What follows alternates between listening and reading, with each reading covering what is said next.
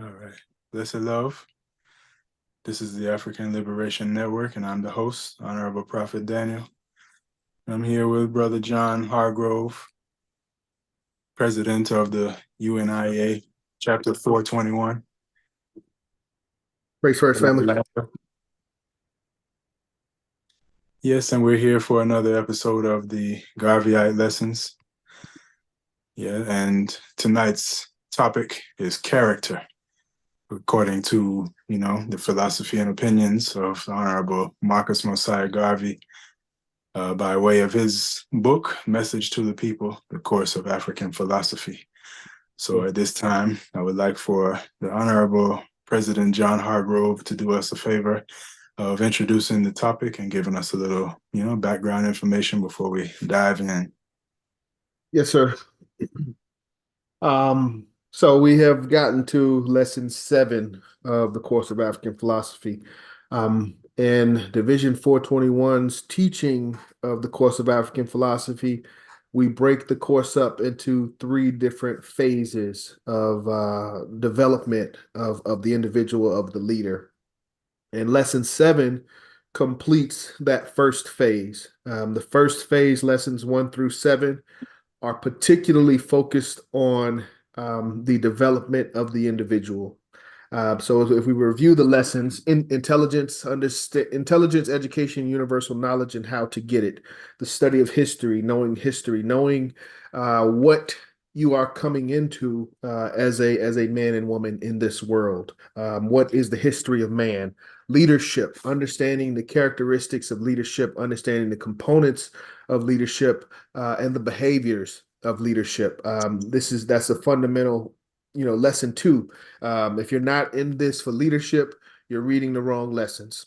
Lesson 3 touched on aims and objects. That's the foundation of the Universal Negro Improvement Association. And it also touched on the concepts of Black nationality. So it gives us our focus as to what we are trying to accomplish. Lesson 4 speaks on elocution. It reminds us that, as we go out, we will have to communicate with individuals, and it teaches us how to do that very well. Now we jump into the last 3 lessons of the first phase. Lesson 5, titled God. Lesson 6, titled Christ. And then lesson 7, titled Character. Lesson 7 builds off of the previous lesson, lesson 6. Let me make sure I'm saying that right. Yeah, I think yes. Lesson 7 builds off of lesson 6. So as we talked about in lesson 6, titled Christ, is our highest goal. It's our highest objective. It is the example that Mr. Garvey gave us from his background, from his religious experience, of a Christian, giving us that, the Bible gives us the example of Christ he says that the story is one of perfection. Now, obviously, for our other faiths, you can apply that to, the story of Abraham for our Jewish brothers, story of Moses for our Jewish brothers, the story of Muhammad for our Muslim brothers. But the essence is the same. We all understand that we are connected to this universal divinity, and there have been other examples that have come into this realm that have been in this physical form that show us examples of our potential. So for Mr. Garvey, that highest example was Christ. Bringing us into lesson 7, titled Character. The way we explain this lesson is somewhat of a, if you imagine a target, if you're throwing darts, or if you know archery, a target. The center circle of that target would be our lesson, Christ. If you could be as good as possible, if you could, strive as high as possible to reach your spiritual potential, Christ would be that example. That would be the bullseye. The outer circle, the final circle that makes sure you're still on the board, would be character. And that's the way we explain these lessons. So if you cannot meet the requirements, or you know that the requirements and the steps to reach your highest potential are difficult, and you may fall short of that goal. However, the fundamental component is you cannot be outside of the bounds of character. You can be outside of the bounds of your ultimate example, but you cannot be outside of the bounds of fundamental principles of character. And that's what Mr. Garvey lays out in lesson 7.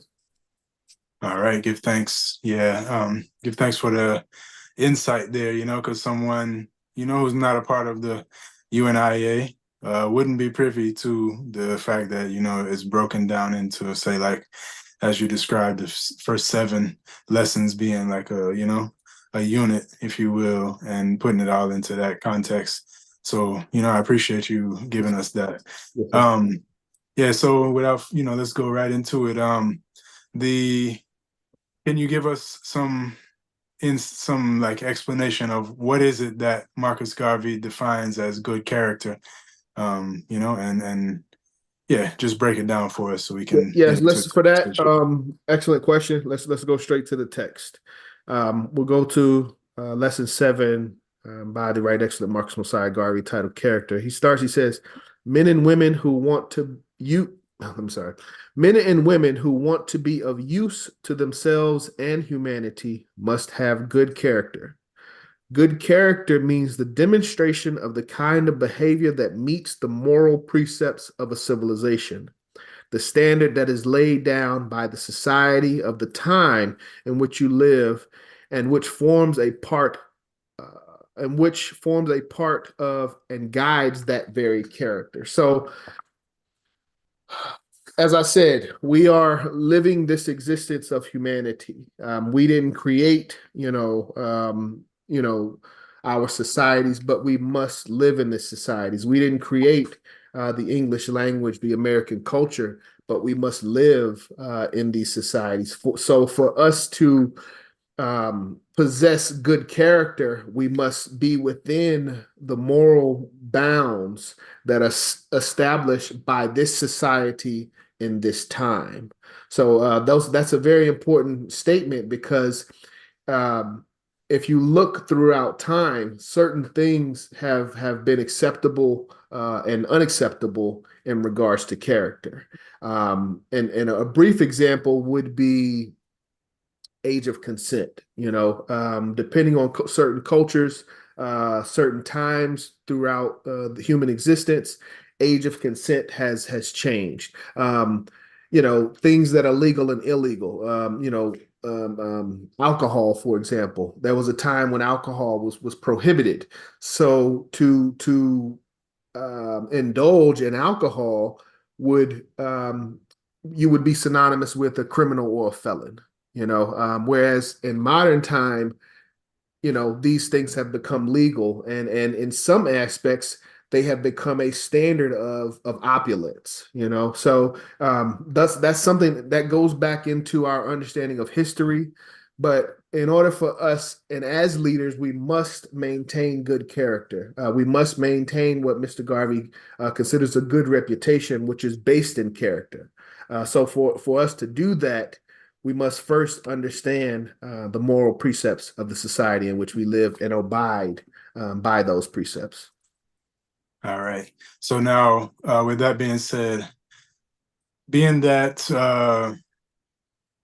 for one, we as a people, Black people specifically, the majority of the people that are in the Western world, we were, brought here against our will. Our foreparents, who I would say were brought here against their will, and certain cultural norms have been kind of pushed on us. Yes, So sir. now when we reconnect ourselves with Africa or with our, African culture, certain things that, say, like the American society may find as norms, valuable, etc., we may not value them. So is there a line somewhere where you say, even though these people, like, for instance, with this, like, gender changing and stuff like that, do we say because the society is accepting of these things and practicing these different practices?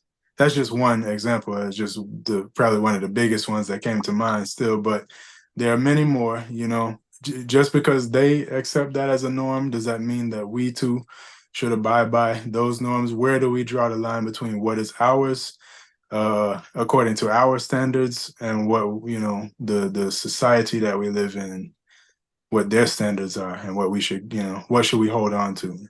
That's a great question. That's a great question. I would say a fundamental component of character is that,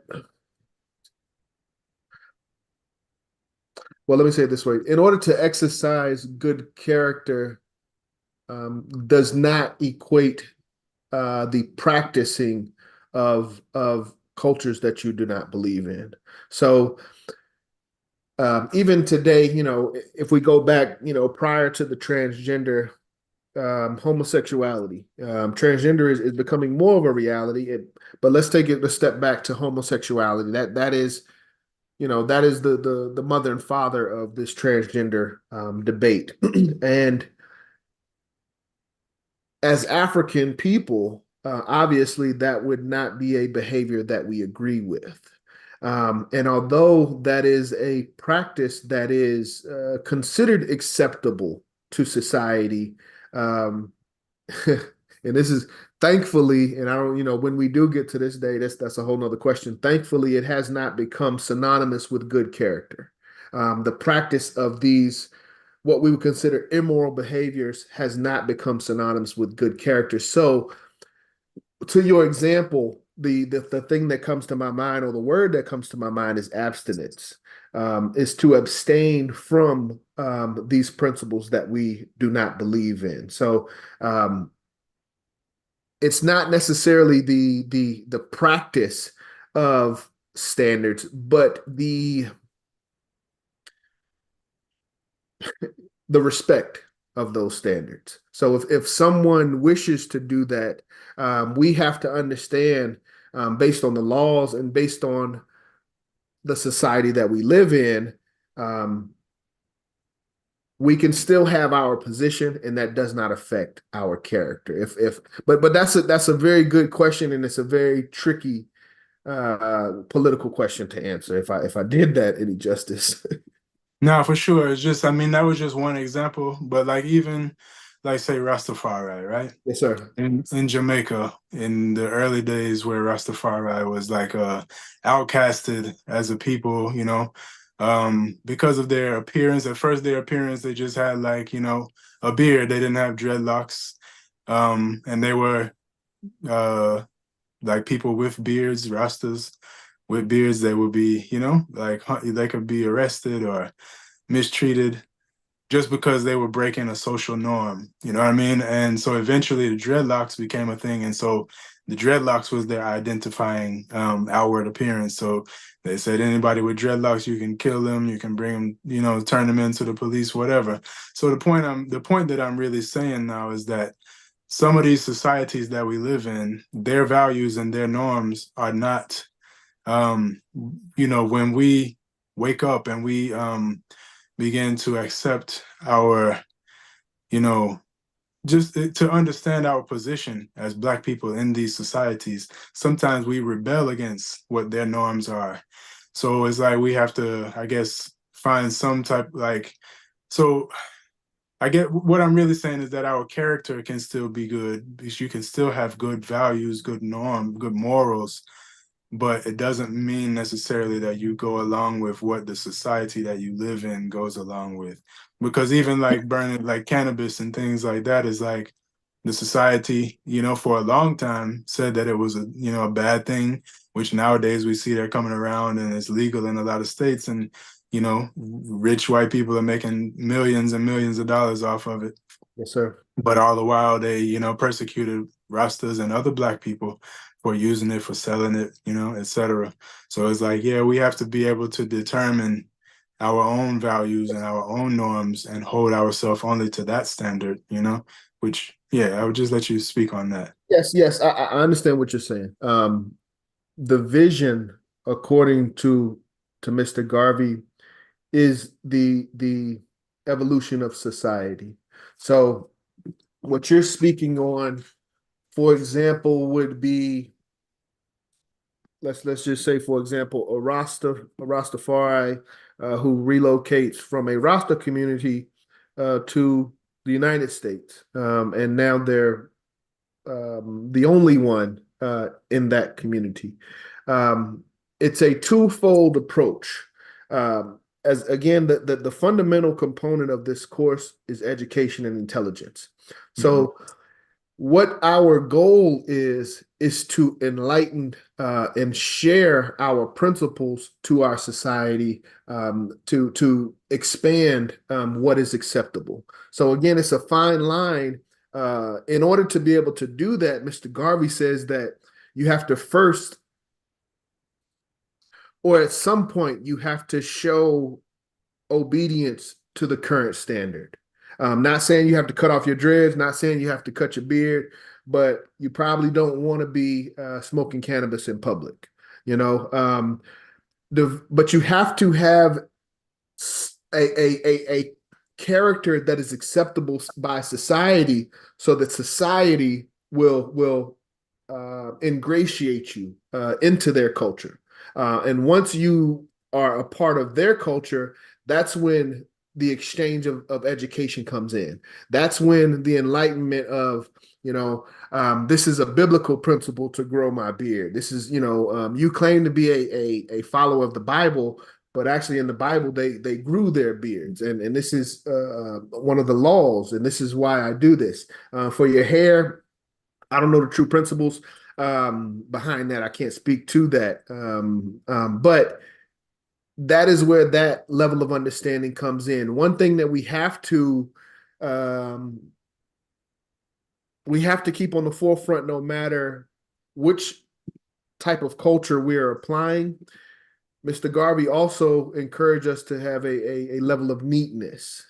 So we've even had this discussion internally in the UNIA, specifically with a brother that was Rasta, because we were talking about the appearance and what Mr. Garvey considered a clean cut appearance, and there was a Rasta brother saying, "Hold on, wait a minute, it's against my beliefs to put a blade on, to put a blade to allow a blade to touch their skin, to shave, basically." But the sentiment is presentableness, being presentable, being clean, and being hygienical. Some of our brothers, and we got to be honest, some of our brothers use some of these philosophies to to overlook some of our hygiene. Honestly, let's be real. Um, Yeah. some brothers are just doing it so they don't have to take a shower and then saying that this is their belief. But my point is, and you've seen it, I've seen it. You're an example of that. A clean cut presentation of dreads and a beard. We just feel that Mr. Garvey talks about it as a passport to anywhere in the world. If you're clean and presentable, you smell clean, your breath doesn't stink. Um, you have a opportunity to begin to dialogue with anyone in the world. And that is your opportunity to start to enlighten, share your beliefs, and expand, again, what is an acceptable behavior within the society in which you now live. But if we don't accept society standards for character, we will immediately be considered an outcast, and we will never have an opportunity to improve or update the standards of character because we've been blackballed or shunned or whatever that may be. Good. Thank you. Yeah, because we have to keep, what is the purpose of all of this? It's not just to it's not like a religious kind of thing to tell people how to be, but the purpose of having of him teaching of good character and all of this is because we are, as say, if you're a UNIA member or if you're just a leader of Black people, then your purpose is to, as you said, educate people and to, lead people in the right direction. So it makes sense. Could you give us maybe some say like universal principles that I say that Marcus Garvey would say as far as like good behavior, things that would establish good character for a man or for a woman? Yes, the fundamental, the fundamental comes in the next paragraph. Mr. Garvey says, if you do not live up to those standards in the highest sense, you will not be respected by that society. Oh no, that's not the one I was looking for. It's the next paragraph, but I'll finish it. Your mission in the society for useful work will fall to pieces. So again, if you're not meeting the current standards, you won't be accepted to have any type of impact to change that community.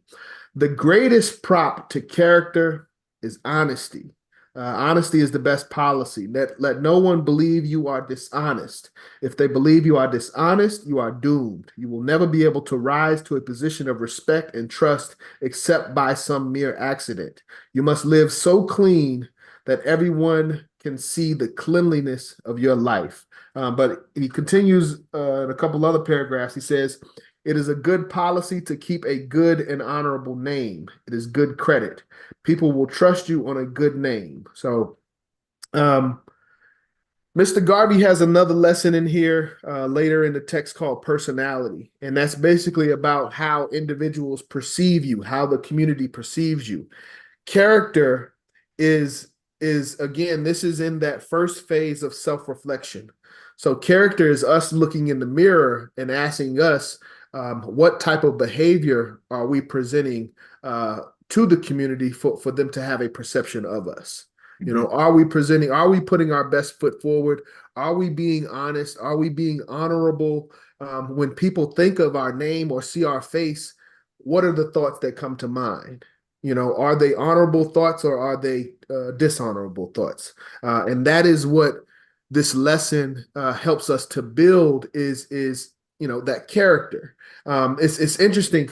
Character is a very powerful word, but when you look at scripture, for example, scripture, the root word is script, and in the script you have characters. So character is really about what type of individual, what type of character, what part do you want to play in this story called your life? Do you want to be the superhero, a supervillain, a nobody, the neighborhood nuisance? What do you want to be? And for us, the promotion is to be a good, honorable, honest person. So that, Mr. Garvey says that these are the type of the characters of individuals that live on beyond their life, and there's a reason for that. So again, going back to that example of Christ, that is our highest example. But if we can't reach that example, the basic fundamentals is that we must be honest, we must be honorable, and we must have a good name. Thank you, brother. So what kind of things would you say would make a person have a bad name? Well, obviously, Dishonesty. It's a couple things. But character really comes down to, think of it synonymous with reputation. So obviously dishonesty would be one. Another one that Mr. Garvey speaks on is laziness. We cannot have a reputation of laziness, but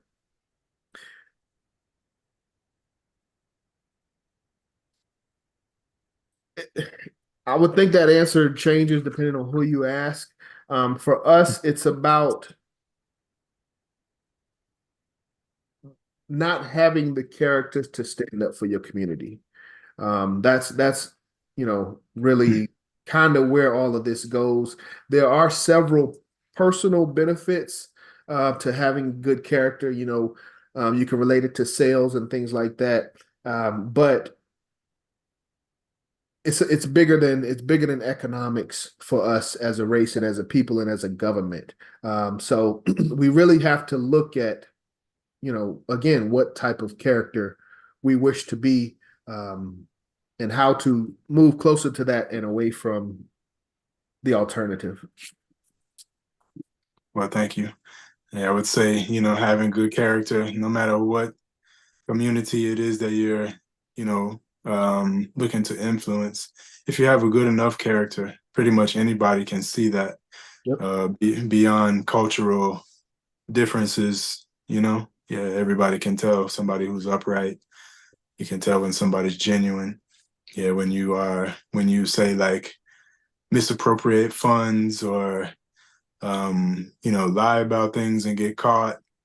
Yeah, and then people Yep. hear about it. Yep. It's like then Yes, you lose all kind of respect and credit with people, and it's really hard to get that back sir. Yes, sir. once it's Mr. gone. Garvey says, and immorality as well, laziness, dishonesty, um, it's immorality. An immoral person cannot find good company because no good person wants to take the chance with immorality.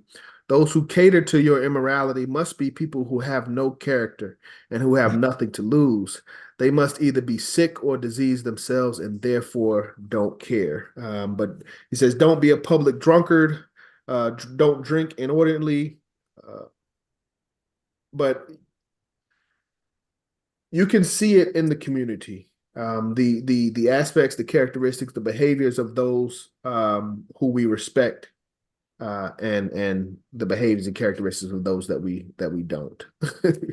Yeah, and in the Black community, I don't know about everywhere, but definitely in the Americas, the character of our people has definitely taken a huge downturn, a downfall. The way people dress, the things that we're willing to do in public, the way we talk about ourselves, the way we talk to each other. It really, we really, anyone who wants to lead Black people it would be really beneficial for them to be able to break through to the younger people to get them to understand the importance of character because the way other races view Black people and even Black people ourselves a lot of times look down on, like they have low racial self-esteem because of the way our people behave and dress and all kind of things that we do. So our race as a whole needs to work on character, would you say? Definitely, my brother. Definitely, it's interesting that you say that because as we've gone through this course over the years, that seems to always come up from different divisions, different leadership in different areas. When we get to this lesson, character, and we finish reading it, that's usually one of the sentiments that always comes up is our race, our people, our leadership needs these lessons, needs to understand the importance of character. So yes, I agree with you 1,000%. Mm-hmm. And one more thing, like, all right, when that is the demographic, say that you are trying to influence and connect with, if your character is if your character is really good, do you think that you'll be able to get through to the people, the majority whose character is very the opposite, who they value, being ratchet, being hood, being, If having street cred and if stuff. if your character is very good, can you connect with those whose character is of the opposite? That's where you're going. That's the question, yes. And well, and if so, how? Like, what is it? How do we get through? How do we connect? You know, to influence the people that need it the most. I would say yes, of course. I would say yes, of course. The first thing that comes to my mind is I was going to say people always look up for influence, always look up for inspiration, but we have to understand influence is influence, whether it's positive or negative.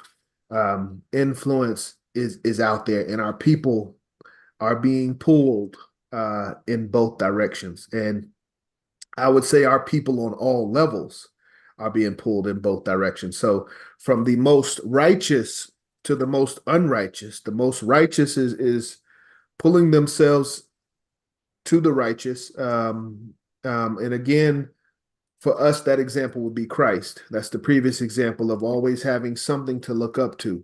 So the righteous is always being influenced to be more righteous, but at the same time, there are unrighteous influences out there that are attractive as well. Let's be honest. The level of success, money, fame that unrighteousness brings is attractive to some of our people. So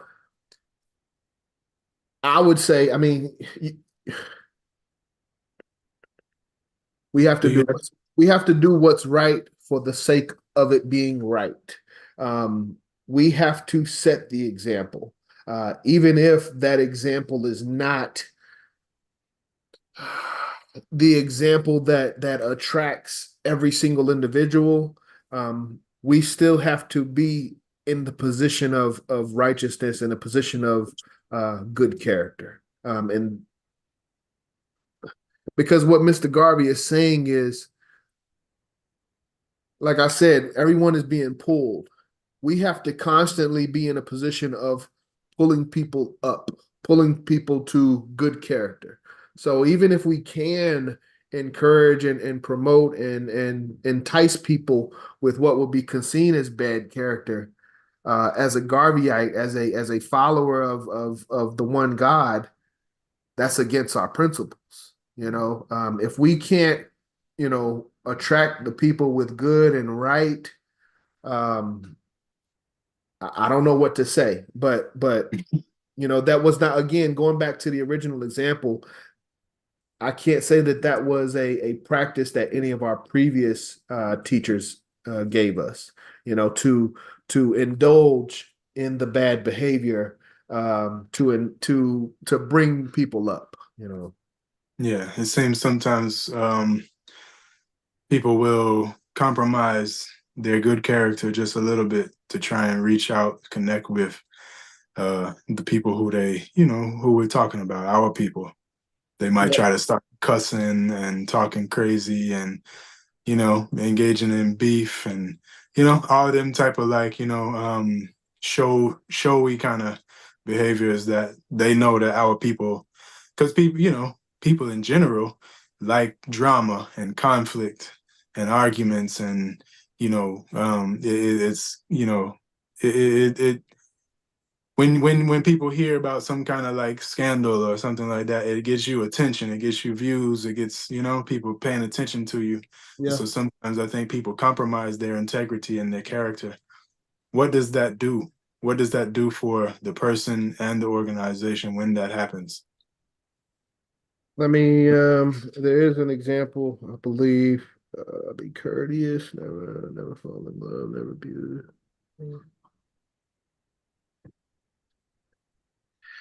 Ask the question one more time. I'm sorry.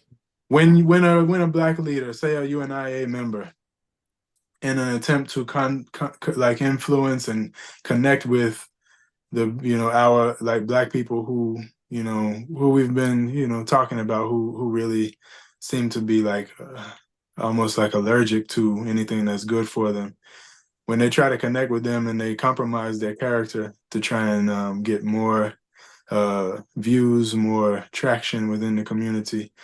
What does that do for the community? What does that do for the individual who's trying to bring the people up, as you said? I understand what you're saying now. I would argue that that's a poor approach. I would argue what that individual's example of leadership is as to why they thought that was a good idea, but you are potentially poisoning yourself, for the prospect of helping someone in the future. Um, Let me share a couple paragraphs from the text, because one of them, the second paragraph, I hope the first paragraph has something. Yeah. Okay. Mr. Garvey says, don't be a public drunkard. Don't drink inordinately. You may contract disease by over drinking and water your brain to that of deterioration. Don't take drugs or narcotics as a habit. They will have the same effect. Be temperate in everything you do. Learn self-control. By self-control, you can conquer every bad habit. You can do so by concentrating on the thought always that the habit is bad and will ruin you. Say to yourself, I shall not be ruined. I shall conquer my bad habit. So before I continue, we already know, and Mr. Garvey explained this in previous lessons, there is a what he considers a Holy Spirit of goodness in all of us as people. But there's also a free will in us as people. And we have a decision with our free will to align with that which we know is good, or we can align with that which we know is bad. The example that you're giving would be someone that knows the difference between good and bad, and they're doing something bad for good intentions. But Garvey says we should not pursue bad habits for any reasons. He Mm-hmm. says, I shall conquer my bad habit. Say this and repeat it day after day until you conquer the habit. Let the habit be your opponent and then fight your opponent and beat it. Never give up until you conquer. If you follow this rule, you will beat down every bad habit. Now, this is where he kind of more into what you were saying. Always see the injury that the bad habit will do. If you don't want that injury to your health, to your mind, and to your body, um, and wait, if you don't want that injury to your health, to your mind and body to bring pain, worry, and unhappiness, then fight it to the death. This is what is called man mastering himself. Anything that is not good, rise above it and be its master. Don't be a public nuisance. Don't go into public untidy or poorly dressed. Always keep a good and clean personality. So I would say again,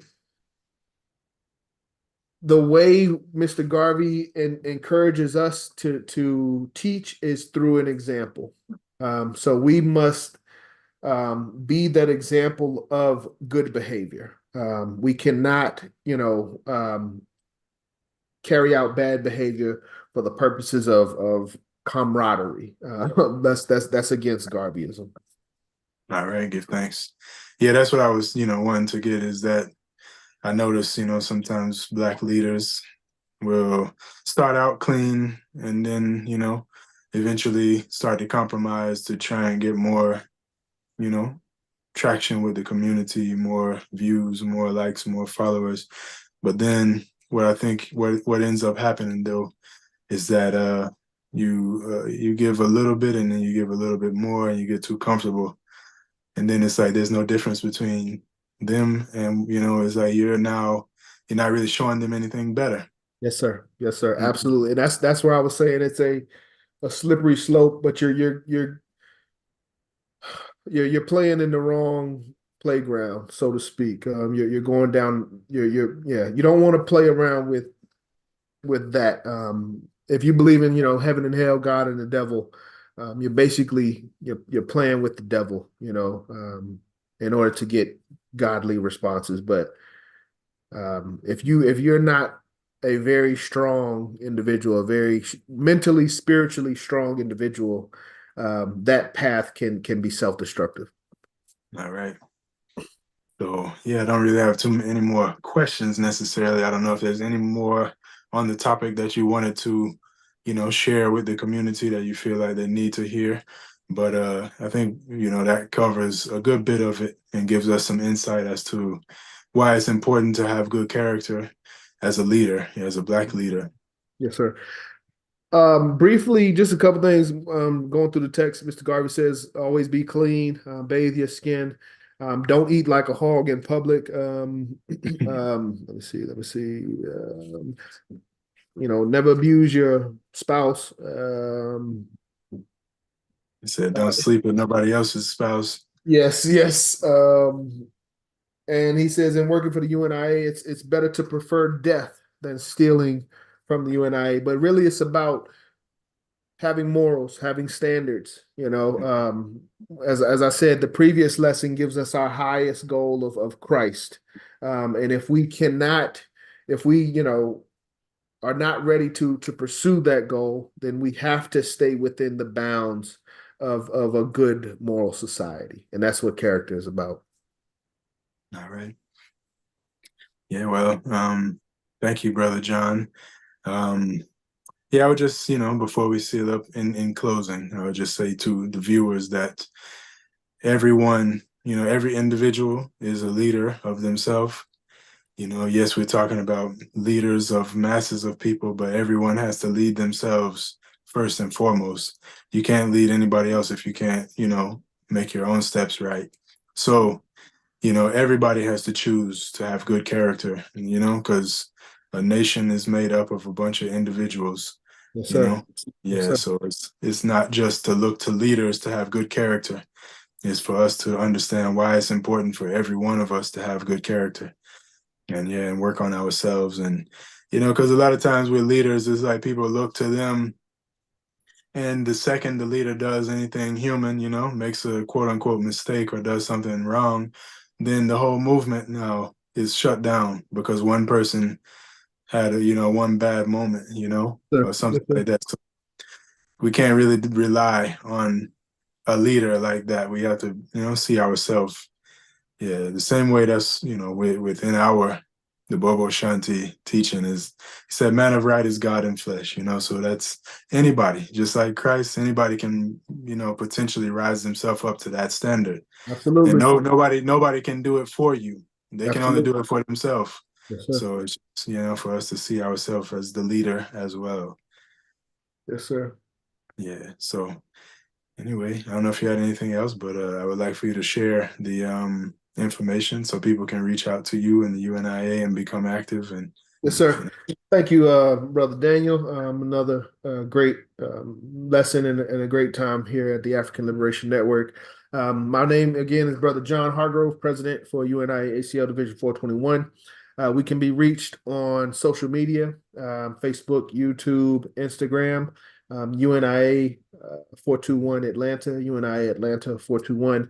You can also call us at our local Atlanta office, 678-631-9404.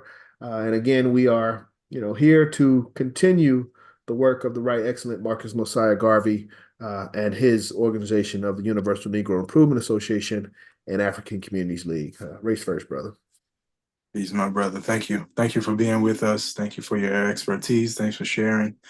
And, thank you for embarking with us on this journey, this program, educating ourselves and educating the rest of the people about the true Marcus Garvey. Plenty of people know the slogans and know the red, black, and green.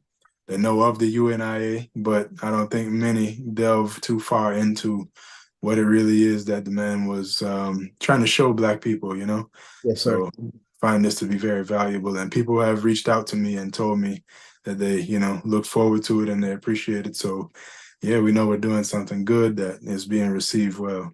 Yes, sir. If I may, Yeah, uh, absolutely. may I have a few minutes because you just brought when you talked about you said a word, the real UNIA, and that goosebumps went through my body. I've been reading a text from Mr. Garvey or a speech by Mr. Garvey that he put out in September, or no, this went out. So it looks like he wrote the letter September 25th, 1937. It was put into the Black Man magazine in December of 37. But it talks specifically about the course of African philosophy. So this is Mr. Garvey, I believe September 25th, 1937. This course took place. The first course took place from September 1st to September 31st, 1937. This very same year. And this is what Mr. Garvey says about this course. I'm just going to read the first two paragraphs.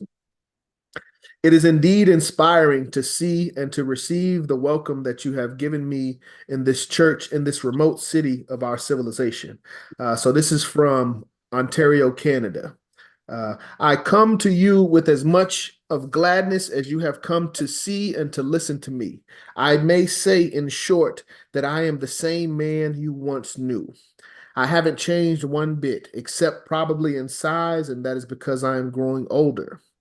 I have just passed my 50th birthday, so I am much older than when I met you 15 years ago. And by the way, I went to jail from Detroit. I am here on the same serious business, and I want to talk to you tonight very seriously, as I have always tried to do, because the situation is very serious and very dangerous. You know of the UNIA in the old days, particularly from 1918 to 1926. You have followed its career. You know much about it because its propaganda was spreading far and wide, but probably you do not know of the real UNIA, which you are going to see, not only in the United States and Canada, but all over the world. Some of you thought the UNIA was a thing of the moment. The UNIA shall be as long as the race lives, as long as the ages for the principles are fundamental. The principles are founded upon a rock which prejudice cannot wash away nor destroy, nor can injustice destroy. I am just out of a conference of that same organization that has a program which is in the second stage in the mighty work of the movement, a stage you know nothing of because it has never reached you. Those of you who thought the UNIA was dead or is dead have made a terrible mistake. It hasn't started to live its reality yet. Things have had to happen in the UNIA as to all movements of magnitude and significance as to the Church of Christ. It started on Calvary and had a hard time up there. The time that we are seeing in the UNIA is nothing to be compared with the time Christianity has had. Days of blood, days of torture, and crucifixion. Mr. Sherrill was the chairman at this meeting. He went on to become the third president general of the UNIA. Mr. Sherrill pointed out that I have been persecuted, but you will know the real UNIA. Okay, Mr. Sherrill pointed out that I have been persecuted, but you will not know the real UNIA until thousands also can be named who have been persecuted for the cause of righteousness. The murders of the church are many. Not only Christ was murdered. We cannot count the martyrs, for they are numberless. Some of us are a little cowardly. Otherwise, probably I would not be here tonight. But Cheryl told you how we have been.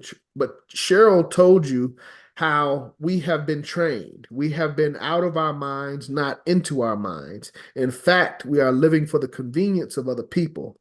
I am to send back to you in America in another short while the first group of men and women who will be able to interpret to you the real UNIA. And then he follows that with, he says, the new leadership of the UNIA shall be through men and women who have been particularly trained. This is the new UNIA. And I expect now the next convention we will have at least trained men and women who will represent the UNIA.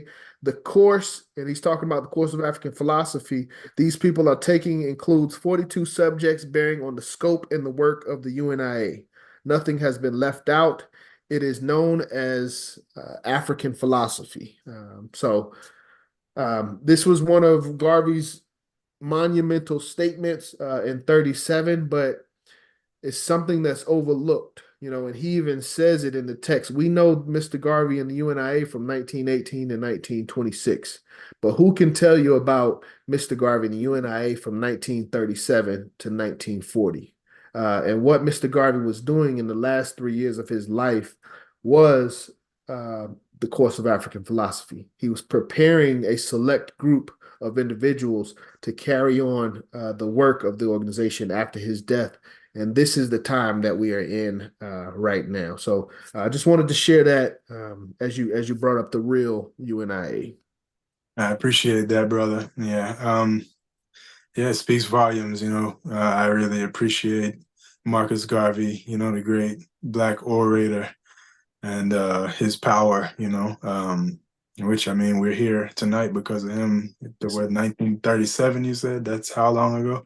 That's almost 90 years ago, and we're still here teaching about what he, laid down then, So, yeah, give thanks. Thanks for sharing, my brother. Thanks for being with us. Thanks to all the viewers for tuning in. It's really a privilege for us all to, be able to have you, explaining these, these lessons with the insight as being a president of a chapter, So, yeah, thanks again, my brother. And blessed love to all the viewers, and we look forward to the next time. This is the African Liberation Network, and I'm Prophet Daniel with Brother John Hargrove, and this is another episode of the Garveyite Lessons. Peace be with you all.